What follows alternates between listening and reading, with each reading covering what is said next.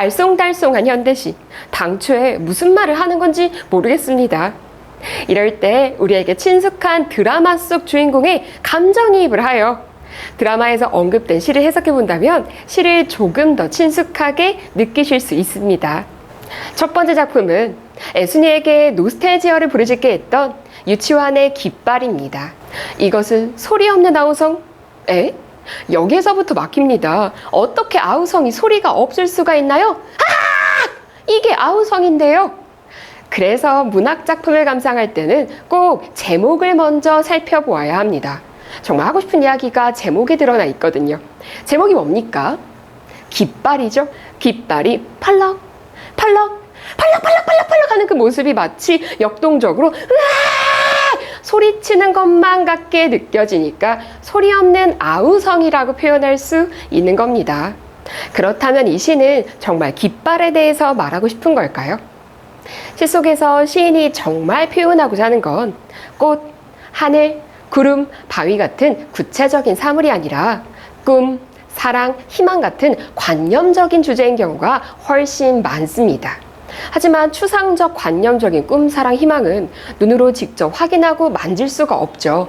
그래서 더 구체적인 사물에 빗대어서 표현하는 겁니다. 그렇다면 이 시의 깃발도 그냥 플래그 그 자체가 아니라 다른 관념적인 요동치는 마음으로 해석하는 것이 적합합니다. 저는 이 시의 깃발을 요동치는 애순이의 마음으로 해석하였습니다. 공장에 가라고? 시집 가라고? 싫어. 난 육지로 갈 거야. 대학 갈 거야. 나는 육지놈이랑 결혼할 거야. 이것이 바로 아우성, 소리 없는 애순이의 아우성이 아니었을까요? 저 푸른 해원을 향하여 흔드는 영원한 노스텔지어의 손수건. 노스텔지어는 영어로 향수, 향수병, 고향에 대한 간절한 그리움을 뜻합니다. 그럼 애순이가 저렇게 소리 없는 아우성을 치는 건 무언가가 간절하게 그립기 때문입니다. 또 노스텔지어가 영어이니 손수건도 서양 문화권의 의미로 해석한다면 서양 문화권에서는 손수건을, 특히 노란 손수건을 매달아 당신을 기다리고 있어요, 그리워요, 빨리 돌아오세요라는 귀환을 바라는 메시지를 전달하기도 합니다. 그렇다면 애순이가 사무치게 그리워서 부르짖는 그 향수의 대상이 누구인가? 바로 엄마입니다. 애순이는 엄마가 살아계실 때부터도 그렇게 엄마를 그리워했죠. 밤새 고개를 몇 개를 넘어가서 엄마를 보러 갈 정도요. 애순이가 대학을 부르짖은 것도 단순히 성공만을 위한 것은 아니었을 것이라 생각합니다. 단순한 성공이 아닌 엄마에게 했던 약속, 엄마한테 백환을 턱턱 줄 수 있는 삶, 성공하는 딸을 보여주고 싶은 그 마음이 간절한 그리움으로, 간절한 의욕으로 발현돼서 그렇게 대학을, 노스텔지어를 부르짖었던 것이 아닐까요? 이렇게 해석한다면 이 드라마 폭삭 속았수다의 1화의 첫 장면이 이해가 됩니다. 노인이 된 애순이가 바다를 향해 엄마, 엄마라고 부르짖으며 걸어가죠. 바다는 애순이에게 그런 존재이고 노인이 된 애순이는 여전히 환영 속에서도 엄마를 봅니다. 그 정도로 애순이의 삶을 관통하는 건 엄마에 대한 간절한 그리움이죠. 그렇다면 관식이에게 나는 노스텔지어를 모르는 사람하고는 결혼 안 해? 라는 것도 이해가 됩니다. 관식이는 할머니도 엄마도 있잖아요. 네가 나의 이런 근원적 그리움을 알아? 넌 모르잖아. 난 그걸 아는 사람이랑 결혼할 거야. 라는 뜻이었죠. 관식이는 애순이처럼 그런 결핍과 그리움을 갖고 살아가는 존재는 아니지만 이해가 되지 않는 이 시를 달달달 통째로 외울 정도로 애순이 곁을 최대한 이해하고 지키려고 합니다. 순정은, 애순이의 순수한 감정은 여전히 바람에 나부끼고 오로지 맑고 고든 이념의 표대 끝에 이렇게 애순이가 감정에 요동치는데도 계속해서 살 수 있었던 건 이 맑고 고든 애순이의 삶을 지탱하는 표대, 깃대가 있었기 때문입니다. 잘 살아야지, 건강하게 살아야지 라는 것이 바로 애순이의 이념, 신념입니다. 보통 어릴 때 부모님 돌아가시고 힘든 삶을 살게 되면 아, 나도 그만 살고 싶다라고 생각할 수 있는데 애순이는 그렇지 않습니다. 억척스럽다라고 표현할 정도로 아주 굳세게 살아갑니다. 그게 바로 엄마 보시라고 잘 살아야지 라는 애순이의 마음속 맑고 고든 이념이 있기 때문입니다.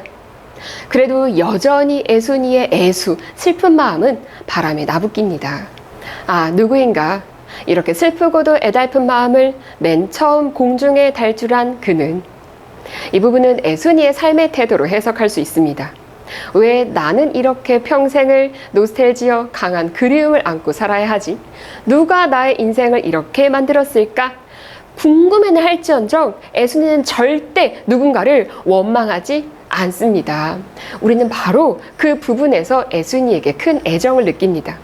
요즘 살기 힘들다고 헬조선 하며 사회와 운명 탓만 하는 경우가 많죠.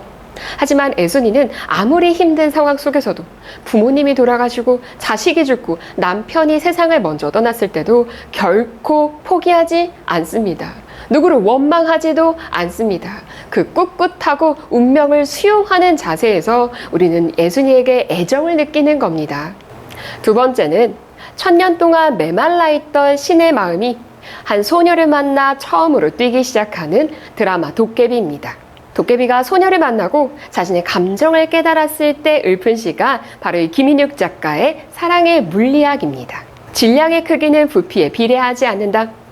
우리는 1kg의 근육과 지방이 다른 부피를 가지고 있는 걸 알고 있습니다.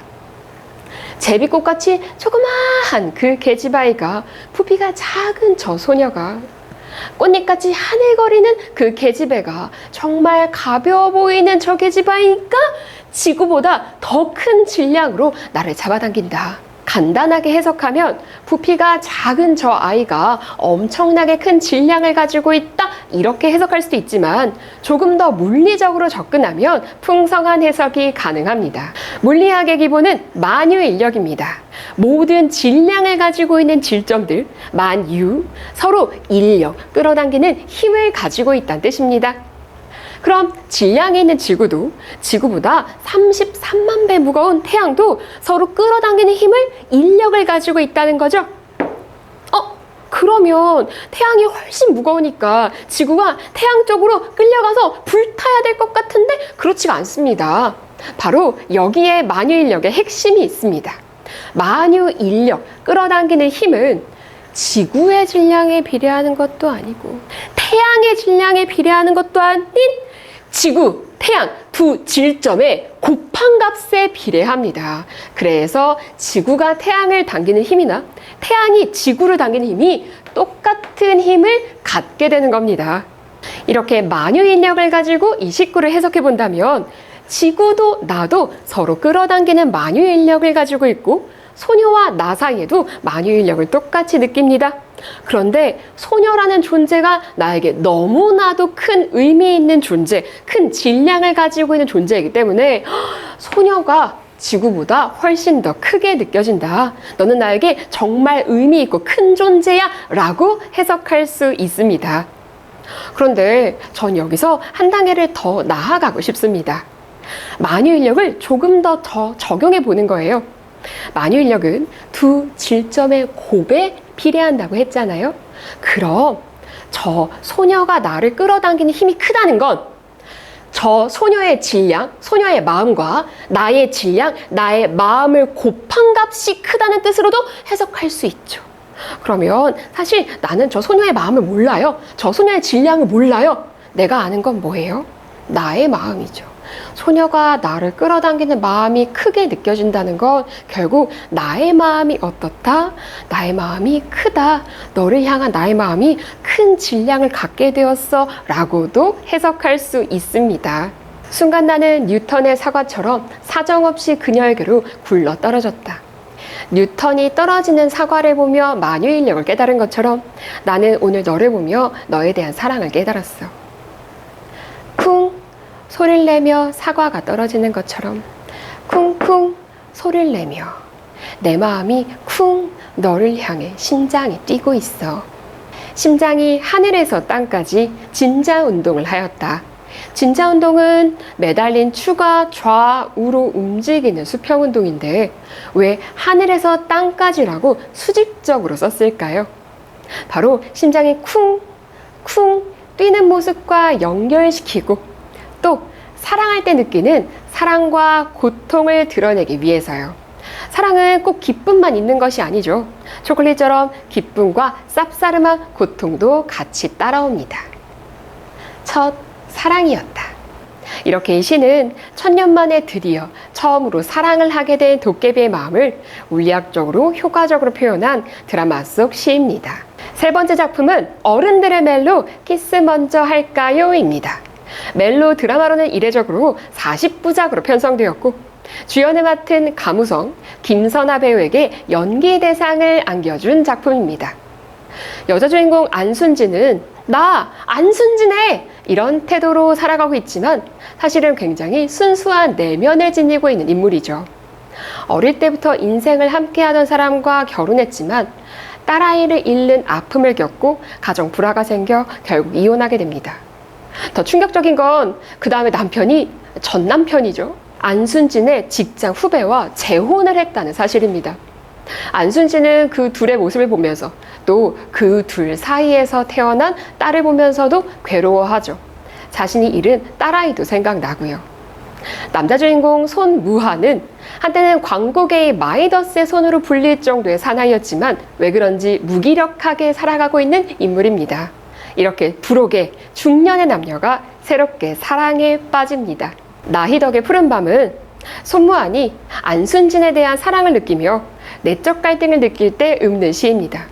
나는 이미 나이도 있고 또 외도로 인한 이별의 아픔도 있는데 또 나의 특수한 상황도 있고 내가 너를 이렇게 사랑해도 될까? 라는 심정이 아주 잘 담겨 있습니다. 너에게로 가지 않으려고 미친 듯이 걸었던 그 무수한 길도 실은 내게로 향한 것이었다. 나 다시는 사랑 안 하려고 했어. 그래서 안순진 너한테 느껴진 이 감정 부정하려고 했어. 부인하려고 했어. 회피하고 싶었어. 그런데 돌아보면 너에 대한 감정을 회피하려고 했던 그 모든 것들도 실은 너에게로 가는 길이더라. 까마득한 밤길을 혼자 걸어갈 때도, 너 없이 혼자 힘든 인생을 살아갈 때도 내 응시에 날아간 별은 너의 머리 위에서 반짝였을 것이야. 그래, 내 깜깜한 밤길에도 반짝이는 별이 필요하지. 하지만 너와 내 인생 중 하나를 선택한다면 나는 그 희망을 너에게로 보내고 싶어. 내 한숨과 입김의 꽃들은 너에게로 몸을 기울여 흔들렸을 것이다. 내가 한숨 쉬며 슬퍼하고 힘들어할 때 그것조차 너를 위한 것이고 네가 행복하길 바라는 마음에서 나온 거야. 이렇게 네가 옆에 없을 때도 나는 계속 너의 생각을 하고 있더라. 사랑에서 치욕으로 또 치욕에서 사랑으로 몇 번씩 너에게로 들이었던 두레박. 사랑을 하면 감정이 요동치게 되죠. 또 사랑은 절대 자존심과 함께 갈 수 없습니다. 그 자존심을 버리고 치욕스러움을 느끼는 그 과정에서 진정한 사랑을 깨닫죠. 그러나 매양 퍼올리는 것은 수만 갈래의 길이었을 따름이다. 바로 너를 향한 길. 은하수의 한 별이 또 하나의 별을 찾아가는 그 수만의 길을 나는 걷고 있는 것이다. 내가 앞으로 생각하는 모든 방법과 인생의 모습들, 그거 수만 가지여도 결국에는 목표는 최종 지점은 너 하나더라. 나는 너에게서 벗어날 수가 없더라. 나의 생애는 모든 지름길을 돌아서 내게로 난 단 하나의 애운길이었다. 내가 너에게로 향해 가는 길은 물론 지름길도 있지. 하지만 난 그렇게 빨리 가는 길이 아닌 애워서 둘러가는 멀리 돌아가는 길을 걷고 있어. 그래서 젊은 나이가 아닌 부록에 우리가 만난 거야. 미안, 내가 좀 늦게 왔지?